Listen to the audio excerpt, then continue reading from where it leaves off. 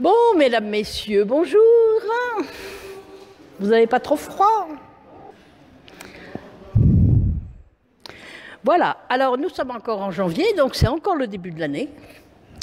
Donc, en ce début d'année, et dans la série Le christianisme dans le monde, j'ai envie de vous conter une belle histoire. Une légende plutôt. Car comment croire à la légende dorée des Saintes Maries de la Mer? Mais ces légendes ne servent-elles pas à évangéliser dans le même temps, du moment que nous en parlons?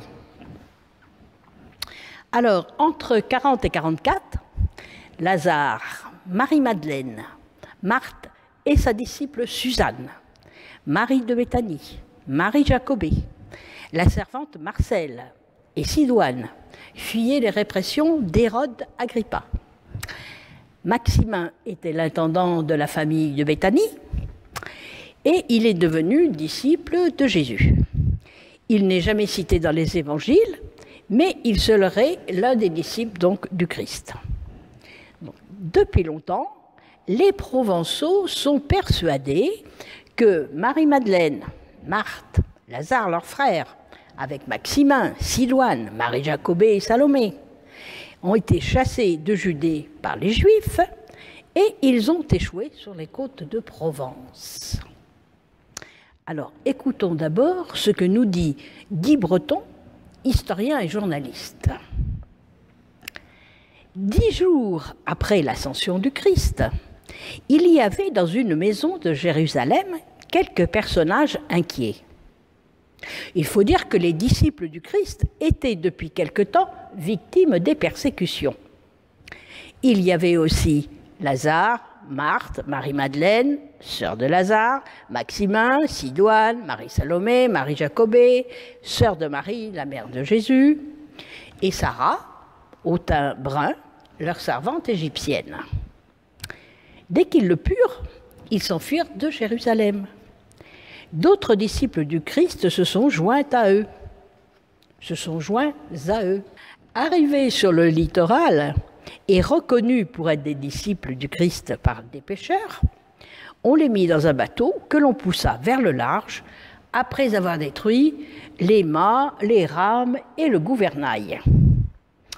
Les ennemis du Christ virent finalement l'embarcation s'en aller vers l'horizon et emporter ses passagers vers une mort atroce.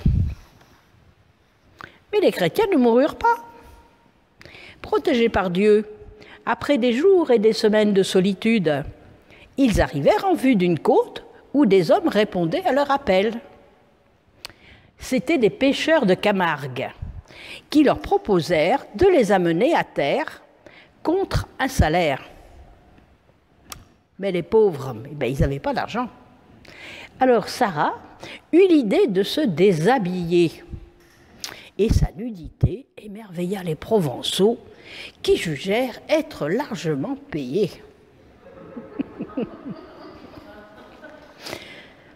À peine débarqués, les chrétiens érigèrent un autel, à côté duquel une source d'eau douce jaillit.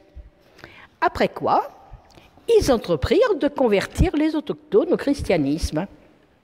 La douceur des nouveaux venus, les miracles accomplis par eux, firent bientôt déserter le temple païen et lever un mitra, où on immolait périodiquement des taureaux pour se baigner dans leur sang.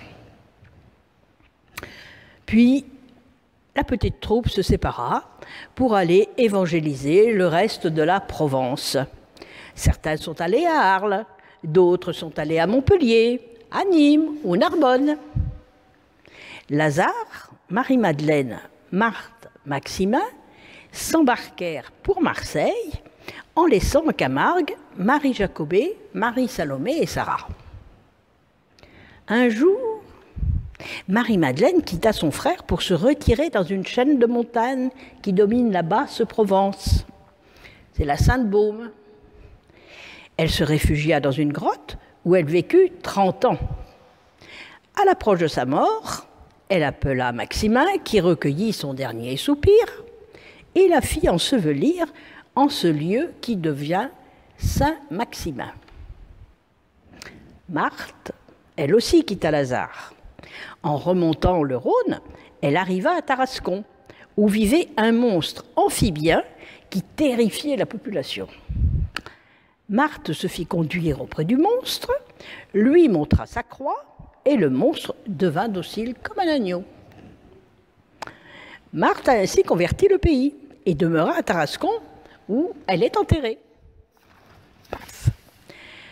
Après bien des années en Camargue, Marie Jacobée et Marie Salomé sentirent l'heure de la mort approcher. Elles se firent mener vers la mer et moururent toutes deux le même jour. Elles furent ensevelies là où elles moururent et on les oublia. Quant à Sarah, elle ne survécut pas longtemps, ensevelie au milieu de l'oratoire édifié pour les saintes. Et là se termine l'histoire qui est racontée par Guy Breton. Alors, la seule chose qui est assurée, c'est qu'un culte chrétien s'est juxtaposé au culte païen. Ça, on en est certain. Et en 1542, une église est mentionnée aux Sainte-Marie, qui s'appelait d'ailleurs pas de ce nom-là. Elle était de dimension modeste.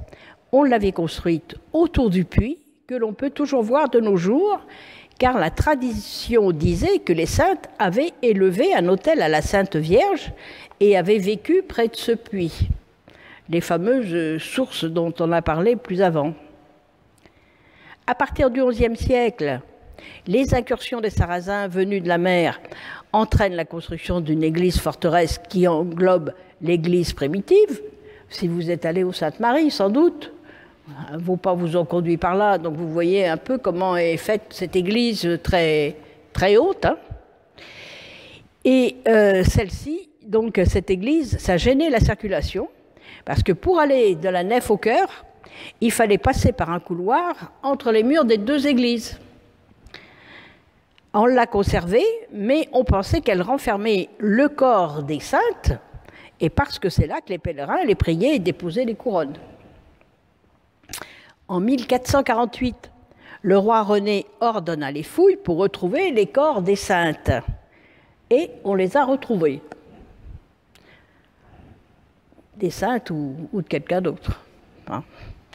Donc les reliques placées dans les châsses sont élevées à la chapelle haute et le premier sanctuaire est alors démoli.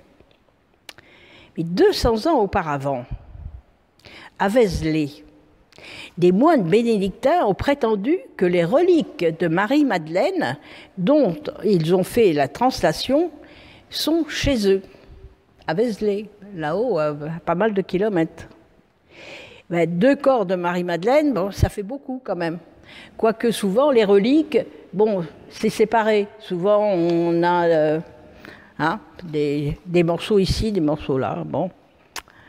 Et au XIVe siècle, sous le pontificat des papes d'Avignon, des papes d'Avignon, le pèlerinage était très populaire, à tel point qu'en 1343, Benoît XII fixe la célébration des saintes le 25 mai, le 22 octobre. Les archives de la ville d'Arles conservent la trace de passage de gitans en avril 1438.